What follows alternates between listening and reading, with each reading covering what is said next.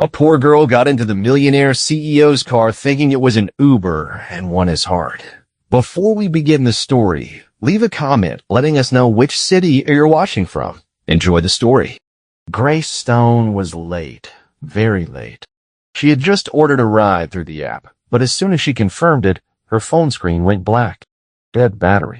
With a frustrated sigh, she shoved the phone into her bag and tried, unsuccessfully, to shield herself from the rain with an umbrella that resembled a crumpled piece of origami. Her heart raced as she scanned the street for a sign of help. That's when a sleek black car, identical to her Uber, pulled up right in front of her at a red light. "Thank goodness you're here," she shouted, opening the door with one hand while holding the umbrella with the other. "I'm late. Go, go, go. Step on it." Today is the new CEO's presentation at Stonebridge Corporation, and if I show up late, I'll be fired before I even sign the contract.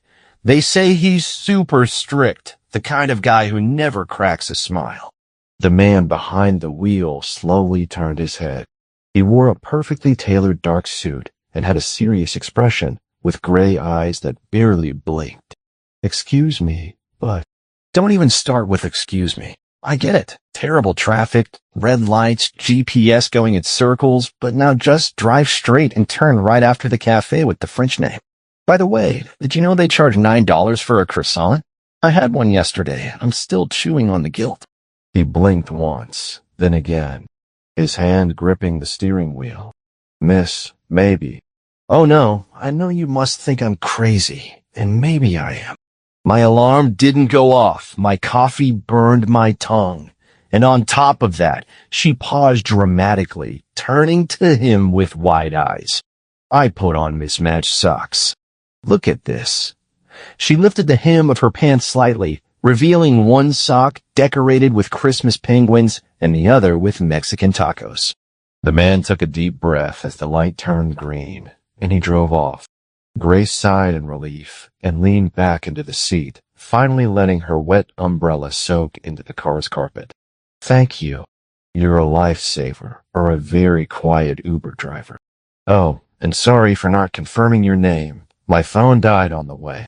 But since you stopped right when I needed you, it had to be you. You know, this is fate, like a romantic comedy, but without the romance and without the comedy." She chuckled to herself. The man at the wheel kept his eyes on the road, but the corners of his lips twitched, almost forming a smile. "Are you always this talkative?" he asked, his tone revealing a hint of curiosity. "I like to think of myself as a great conversationalist. Seriously, you must hear the craziest passenger stories. If I were you, I'd write a book. Memoirs of a silent Uber driver, guaranteed bestseller." He glanced at her briefly, as if questioning his own sanity, then turned back to the road. "This car is way too fancy for an Uber. Not sure if anyone has told you, but wow, it smells like new leather and money. I feel rich just sitting here, which is good since I need to balance out that $9 croissant." The man remained silent, and Grace seized the opportunity. "You're a great listener. Has anyone ever told you that?" When he didn't respond, she looked out the window, noticing the company building approaching. "Could you drop me off at the side entrance, please? Less chance of anyone seeing the mess I'm in. If I had known working here required this much visual dignity, I would have made a deal with a makeup artist." The car slowed down, pulling up to the curb with perfect precision. "Thanks a lot, really. I swear I'll give you 5 stars as soon as I charge my phone." She jumped out, turning to thank him once more, but he was already looking straight ahead as if the moment had meant nothing at all. Little did she know, Grace rushed into the building, huffing and puffing, messy hair, mismatched socks, and a shirt missing a button. The elevator doors nearly closed on her face, but a kind soul held them open. When she reached her team's floor, she slipped in among the other employees, trying to blend in. "Hey, Grace, you almost missed the meeting with the new CEO," whispered a coworker. "I know, crazy Uber, crazy traffic, chaotic morning," she replied. Just then, a knock on the door interrupted the murmurs. The coordinator walked in with a nervous smile. "Everyone, let's head to the conference room. The new CEO is here." A buzz spread through the room as Grace took a deep breath, still trying to fix her rain-dampened hair. As soon as everyone settled in, the conference room doors slowly opened. Firm footsteps echoed across the floor, and then he appeared, impeccable suit, commanding presence, and the gray eyes she had already seen that morning. The world stopped for a second. Grace's eyes widened, the color drained from her face, and the folder she was holding slipped from her hand and hit the floor with a dull thud. "This is Mr. Thomas Miller, our new CEO," the coordinator announced excitedly. Thomas stepped right up to the desk, scanning the room until his eyes landed on her. A small smirk appeared at the corner of his mouth. "I hope my arrival today didn't catch anyone off guard," he said. His gaze still locked on Grace, especially those who mistook me for an Uber driver. The silence in the room was so deep that the sound of a paperclip dropping would have echoed like thunder. All eyes turned to Grace, who stood frozen, as if she had been transformed into a life-size statue of pure embarrassment. The new CEO, or rather the Uber driver she had bossed around like a frantic general, was now standing there in the flesh, dressed in an impeccable Italian suit, looking right at her with a smile that was equal parts amusement and sarcasm. "It's great to see such dedicated faces," Thomas continued, never breaking eye contact with her. "I look forward to working with all of you for a productive term, especially those who put blind trust in mysterious drivers with luxury cars." A quiet chuckle came from somewhere in the back of the room. Grace wished she could dig a hole in the floor and live in it forever. "Miss Stone, for example," he went on, suddenly motioning toward her, "has already demonstrated great initiative and logistical creativity, important qualities." Grace forced an awkward smile, completely unable to speak. Her heart was pounding like a drum in a parade. As Thomas shifted his focus and continued his introduction, speaking about goals, strategic plans, and restructuring, all Grace could hear was the loud voice in her own head screaming, "You told the CEO to step on the gas. You talked about your penguin and taco socks. You called him a silent Uber driver." When the meeting ended and people began to get up, Grace tried to slip out the side of the room, hoping to disappear into thin air, but she wasn't fast enough. "Miss Stone," Thomas called politely, his tone hinting at a hidden smile. She turned slowly, like someone about to face their fate. "Yes, sir." He took 2 steps toward her, and they were now face to face, with their colleagues pretending not to listen, but clearly eavesdropping like it was a live TV drama. "I hope your ride here today was pleasant," he said, his expression serious, though his eyes sparkled with mischief. "Oh, very pleasant, sir. One of the best Ubers I've ever taken," she replied, forcing a tight-lipped smile. "Good to know. Although I do believe some drivers deserve more than just 5 stars, maybe a promotion," he said, raising an eyebrow. "Oh, that's not necessary. I mean, the driver was great, but I'm not sure he's interested in a higher position." Thomas tilted his head slightly, clearly entertained. "We'll talk later, Miss Stone. I have some ideas." He winked. Grace stumbled out of the room, her face burning, as the others whispered about the new CEO. All she could think was, "He's going to fire me. Or worse, he's going to promote me just to torture me." As Grace returned to her desk, her colleague Rachel approached with a mischievous grin. "What was that between you and the boss? Do you know him?" "No, I mean, yes, sort of. It's complicated," Grace replied, feeling her cheeks heat up. "He looked at you like he'd seen you before, like in a movie, a drama with intense background music." "Rachel, if I tell you, promise you won't laugh?" Rachel's eyes widened. Her curiosity piqued. "Now I have to know." Grace looked around cautiously, leaned in, and whispered, "I got into his car thinking it was an Uber. I told him to drive me here, gave him directions, talked about my socks and my $9 croissant." Rachel clapped a hand over her mouth, trying to stifle her laughter. "No way." "Yes way. You ordered the CEO of the company to drive you? That's legendary. Almost poetic. It's a disaster waiting to happen." "If I get fired, will you give me a ride home?" Grace asked, half joking. Rachel grinned. "If you get fired, I'm printing the story and framing it. But judging by the way he looked at you, I don't think you're getting fired." Grace buried her face in her hands, wishing the ground would swallow her whole. For a brief moment, she felt a glimmer of hope that maybe he wouldn't fire her, but that wasn't the real problem. The real issue was that Thomas Miller seemed to be enjoying this whole situation, and she was certain he wasn't the type of man to let a joke slide easily. As the day went on, Grace could feel the stares from her colleagues. She could sense the whispers and the curious glances directed at her. Some looked amused, others sympathetic, and a few offered knowing smiles that made her even more paranoid. She sat at her desk, pretending to focus on analyzing a spreadsheet, but in reality, she had opened a blank file and simply stared at it for 10 long minutes. "Are you okay?" Rachel asked, appearing beside her with a cup of coffee. "I'm in denial," Grace replied, hiding behind her fake spreadsheet. "I'm pretending to be invisible. If Thomas Miller doesn't see me, maybe I won't get fired. It's foolproof logic." "Okay, but he's already seen you. He's already spoken to you. He's already driven you to work." Rachel tried to reason with her. "By now, he might even know the name of your first-grade teacher." Grace buried her face in her hands again. "And I even called his car an Uber. What if he found it funny?" "He did. That's what scares me," Grace said, as if to confirm her own words. At that moment, the phone on her desk rang, causing her to freeze. Rachel picked it up before Grace could decide whether to answer or pretend to be in a coma. "Project department. Yes, of course," Rachel said, looking at Grace with wide eyes. She covered the phone's mouthpiece and whispered, "It's him. He wants to talk to you." "I'm dead," Grace whispered back. "Will you come to my funeral?" "Only if there are snacks," Rachel replied. Grace picked up the phone with trembling hands. "Hello, Miss Stone? Could you come to my office, please?" The unmistakably calm and firm voice of Thomas Miller echoed in her ears. "Yes, I'll be right there," she answered, trying to sound professional, even though her soul felt like it had already escaped through the emergency exits.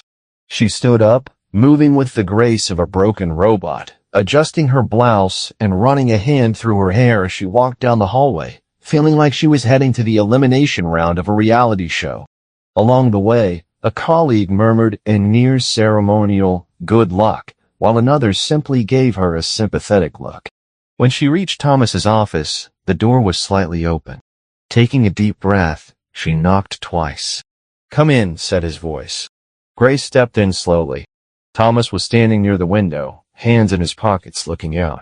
"Mr. Miller, you called for me?" she asked, trying to maintain her composure. He turned around slowly, his calm gaze and enigmatic expression now tinged with a hint of amusement. "Yes, Miss Stone, please have a seat." She sat down, her hands folded in her lap, knees together, her posture straighter than in any etiquette class. "First of all, I want to thank you for the transportation this morning," he said, a smirk playing at the corners of his mouth. Grace's eyes widened.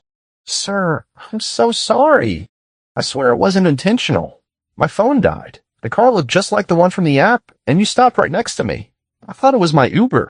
"And you decided to take charge like a special operations commander," he remarked, raising an eyebrow. Grace bit her lip. "I was desperate. Third day of rain, spilled coffee, mismatched socks. I wasn't exactly at my best, and yet you had the audacity to give instructions, comment on overpriced croissants, and compliment my car based on its scent of wealth." He stepped closer to his desk, placing both hands on it. "That was different. Miss Miller, if this is a warning or a termination, I understand. I just ask that it doesn't go on my record. The last thing I need is to explain this in a future interview." "Miss Stone, why are you so sure you're getting fired?" he asked, his tone curious.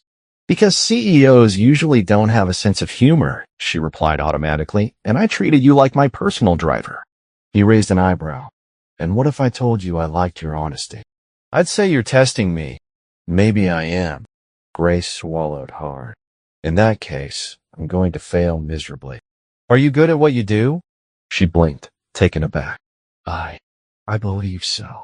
I'm still learning, of course, but I have a good memory. I'm organized, and I know my way around systems. I can be discreet when I'm not getting into the wrong cars." "And you have a sense of humor. That's rare around here." "So that means I'm not fired?" Grace asked hopefully. "Not yet," he replied, standing up. "But I'd recommend confirming the driver's name before getting into random cars. Lessons learned." "Plenty of them," she agreed, feeling a little lighter. Oh, and before I forget, that croissant really does cost $9. I thought it was outrageous, too. Grace laughed, surprised. So you've been there once? And I still regret it, he admitted. She stood up slowly, feeling the tension in her body ease. Can I get back to work? You can.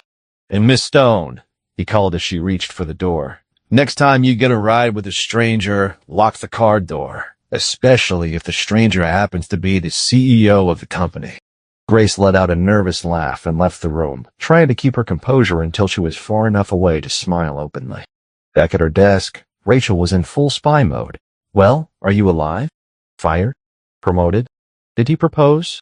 Still alive, still employed, and no ring, Grace replied, shaking her head.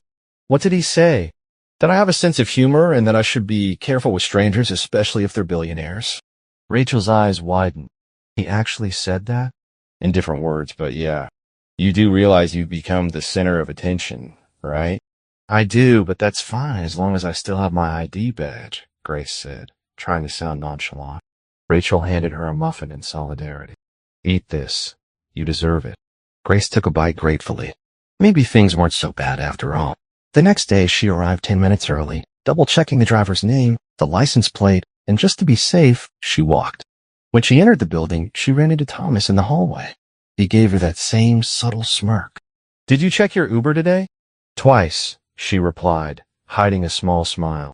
I'm proud of you. Rachel appeared out of nowhere. Something's changing between you two. Stop. Don't start, Grace protested. I'm just saying this rom-com is writing itself, Rachel teased. Grace rolled her eyes, but deep down, maybe she was starting to like him. It was an ordinary Tuesday for everyone at Stonebridge Corporation, except for Grace Stone. For her, nothing had been ordinary since that day she mistakenly got into the company's CEO's car. Since then, her life had morphed into a whirlwind of cryptic spreadsheets, disguised tests, and glances she couldn't quite decipher. Were they judgment or corporate flirtation? That morning, Grace was stationed at the reception desk, reviewing reports for the company's annual event, where Thomas had told her to observe and stay available. A vague instruction that could easily turn into either a corporate strategy meeting or the plot of a dramatic soap opera. Stay available, she muttered to herself. Translation, stand here, look useful, but don't touch anything, and smile with your mouth, but not with your eyes. The lobby was bustling with activity. A large backdrop with the company logo decorated the space, while rows of neatly arranged chairs awaited guests, journalists, and photographers. An elegant buffet filled with mini sandwiches with fancy French names was laid out, just waiting to be devoured. Rachel walked past her, holding a glass of juice. Everything under control? Perfectly fine, Grace replied with a forced smile. I'm the most decorative person at this event. I'm even considering positioning myself like an ornamental plant. Keep an eye on the reporters. One of them is from a big magazine. I think they're going to interview Thomas. Oh, great. I just hope none of them mistake me for someone important. I can barely operate a printer. Rachel walked away, and seconds later, a well-dressed man with a microphone approached Grace, looking rushed. You work for the company, right? Yes, she replied, surprised. Perfect. I'm short on time and need a quick statement for today's article. Can you answer a few questions? Just a couple, I promise. Grace blinked, caught off guard. But We're already recording, he said, subtly gesturing toward the camera behind him. Your name? Grace Stone. Grace, what do you think of the company's new CEO, Thomas Miller? What's it like working with him? Grace froze for a moment. She recalled the past week. The reports, the secret missions, the murderous printer, and of course Thomas himself, looking at her with that knowing smirk. Well, he's intense, mysterious, a little intimidating if I'm allowed to say that, she chuckled nervously, but he also has a sense of humor, the kind you only notice after you've already fallen for the joke. The reporter looked pleased. Great. And what do employees think of him? There are rumors that he's too demanding. Demanding? Absolutely. He demands more coffee than a cafe and more reports than an audit, Grace replied, laughter bubbling up inside her. But honestly, he makes it work. The company feels different since he arrived. More alive, more fast-paced, more unpredictable. Any memorable moments with him? The reporter asked, raising an eyebrow. Grace almost blurted out, "That time I got into his car thinking it was an Uber." But she held back. "Well, let's just say he's the kind of person who surprises you when you think you're about to be fired. He gives you a challenge, and when you think you're going to fail, he already expected you to figure it out." "Fantastic. This will make a great piece," the reporter said, rushing off before Grace could process what had just happened. She looked at the still recording camera and murmured, "Wait, was that an official interview?" The camera shut off too late. Hours later, Grace was back at her desk, trying to ignore the knot of anxiety in her stomach. The event had gone smoothly, and Thomas hadn't shown up in the lobby again. She even thought that maybe, with some luck, the article wouldn't get published. But the next day, her hope was shattered. Rachel came sprinting down the hall with a tablet in hand. "Grace, you're on the Business Leaders in Focus website." "What?" Grace jumped out of her chair. "It's on the front page. Look at this." Rachel hit play on the screen. There she was, the sleek event backdrop behind her, the fancy mini sandwiches in the background, and her face looking like someone who thought she was just chatting with a friendly reporter. The headline read, "Employee reveals secrets of Diamond Enterprises' mysterious new CEO." "Oh no." Grace buried her face in her hands. "I'm getting fired for real this time. I brought this on myself." At that exact moment, the phone rang. Rachel answered, and then abruptly stopped laughing. "It's him. He wants to see you now." Grace froze. "If I don't come back, take care of my filing cabinet and my sticky notes. They're my legacy." She knocked on the door, and Thomas responded with a short, firm, "Come in." He was sitting at his desk, watching the exact video of the interview she had just seen. He paused it as soon as she walked in. "Mr. Miller, I swear on everything sacred that I had no idea that was an official interview. I thought it was just a casual question, like what's your favorite juice? And before I knew it, I was already talking." Thomas kept a serious expression. "You need more coffee than a coffee shop. You said that." "True, I buy two just to make sure I have one for myself," she replied, her heart racing. "Demanding but with a sense of humor," he said, leaning forward. Grace's eyes widened. "Is it that bad?" He stayed silent for 3 seconds, then sighed. It was a success. She blinked. "Excuse me?" The video went viral. HR has already received dozens of resumes with the subject line, "I want to work with the mysterious CEO." "You're joking." "I haven't mastered that skill yet, but I'm considering it," he replied, a hint of a smile on his lips. Grace didn't know whether to sit down, cry, or say thank you. "So I'm not fired?" "On the contrary," he continued. "The marketing team wants you in a few internal videos." "Me?" "Because you're spontaneous, funny, and human. That's the image the company wants." Grace placed a hand on her chest. "Mr. Miller, with all due respect, is this company okay?" "No, but it's better with you here," he said, surprising her. "Thank you. I'll try not to give any more interviews by accident." "Please," he said, standing up. "Oh, and congratulations on the interview." "Thank you. I'll try to keep my composure next time." Just before she reached the door, he called out, "Grace." "Yes?" She turned. "You looked good in the video. You're not just spontaneous, you're captivating." She froze for half a second, then smiled. "Thank you, Mr. Miller. You're surprising too." With that, she walked out, this time without tripping. 2 months had passed since the company dinner. 2 months since the reunion, the heartfelt confessions, and the touch of their hands.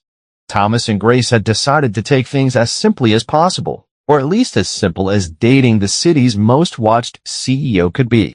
At first, it felt strange. Whispers echoed in the hallways, curious looks from coworkers, and emails that arrived with hidden emojis. But they faced it together, navigating their relationship with the same humor and patience that had brought them together in the first place. Their relationship became a daily romantic comedy, filled with playful debates about the right way to hang the toilet paper roll, bets on who would make breakfast, and Grace mimicking Thomas as he read emails in a stiff British robot voice. Laughter filled their days, but as they grew closer, Grace couldn't shake the feeling that something was about to change. One Friday afternoon, as Grace left a meeting, she received a message from Thomas. "Come up to the rooftop. I need to show you something." She figured it was just another one of his crazy ideas. Maybe a new company event, a new campaign, or even an excuse to eat overpriced croissants. But when she arrived at the rooftop, she found something entirely different. Delicate string lights swayed gently in the breeze, illuminating a small table set at the center, holding 2 glasses and scattered flower petals. Soft music played in the background, creating an atmosphere that was both intimate and enchanting. There was Thomas waiting for her, dressed in a gray suit with a calm expression. "What is this?" Grace asked, suspicion and excitement mingling in her voice. "A break from routine. A moment outside the usual script," he replied, taking her hands in his. "I got into that black car the day we met, thinking it would be just another ordinary ride. But then you got in too and turned my world upside down." She laughed, her heart racing. "You turned my world upside down too, remember? From penguin socks to corporate chaos." Thomas knelt down, pulling a small box from his pocket. Grace's heart skipped a beat. "I'm complicated, unpredictable, and sometimes a little hard to deal with. But with you, everything makes sense. You're my balance, my good kind of chaos, my favorite unexpected twist." He opened the box to reveal a simple, elegant ring with a small stone that seemed made just for her. "Grace Stone, will you spend the rest of your life laughing at my spreadsheets, getting into the wrong cars, and making the impossible feel like routine? Will you marry me?" Overwhelmed, she covered her mouth in shock. "Yes, it's Thomas. 1,000 times yes." He slipped the ring onto her finger and she pulled him into a hug, feeling a mix of laughter, tears, and pure joy. "You are truly impossible," she said, her voice muffled against his shoulder. "And now I'm officially your impossible," he replied, kissing her forehead. The wedding took place just weeks later on the same rooftop where he had proposed. There were no grand ballrooms and no red carpets, just something intimate, joyful, and completely them. Invitations read, "If you laugh, you're in the right spirit. If you trip, you're welcome to stay. And if you get into the wrong car, you've understood the theme." Rachel was the most emotional maid of honor in history. She cried before the ceremony even started. Thomas wore a light blue suit with a pocket square discreetly embroidered with a tiny penguin and hockey stick, a quiet tribute to that first day Grace had appeared in his life. Grace chose a light, flowing dress with pearl buttons and a smile so genuine it outshone any decoration. When she walked down the aisle, Thomas could barely breathe. "You look incredible," he said, his voice thick with emotion. "And you look nervous. Are you going to faint?" she teased. The ceremony was filled with heartfelt, humorous vows. "I promise to listen when you say you're right," Thomas said, grinning. "And I promise to pretend to be surprised when you finally admit it," Grace replied, laughter bubbling in her chest. When they kissed, the guests erupted in cheers and applause. One of Rachel's uncles accidentally released confetti too early, making everyone laugh and lightening the mood. The reception was a beautiful mix of dancing, hugs, and inside jokes. Grace and Thomas danced to the same song from the company party, but this time there were no exes, no whispers, and no worrying about who was watching. Just them, complete, imperfect, and real. At the end of the night, as guests said their goodbyes and the music faded, Thomas took Grace's hand and led her to a quiet spot under the rooftop lights. "It all started with you yelling, 'Go, go, go,'" he said, smiling. "And you saying, 'Sorry, but,'" she replied, laughter in her voice. "If I had told you I wasn't the Uber that day, we would have missed all of this," he mused. He kissed her slowly, and that night, with the distant hum of the city around them, the flickering rooftop lights overhead, and the memories of their incredible journey, they knew they had found something they never even realized they needed in each other.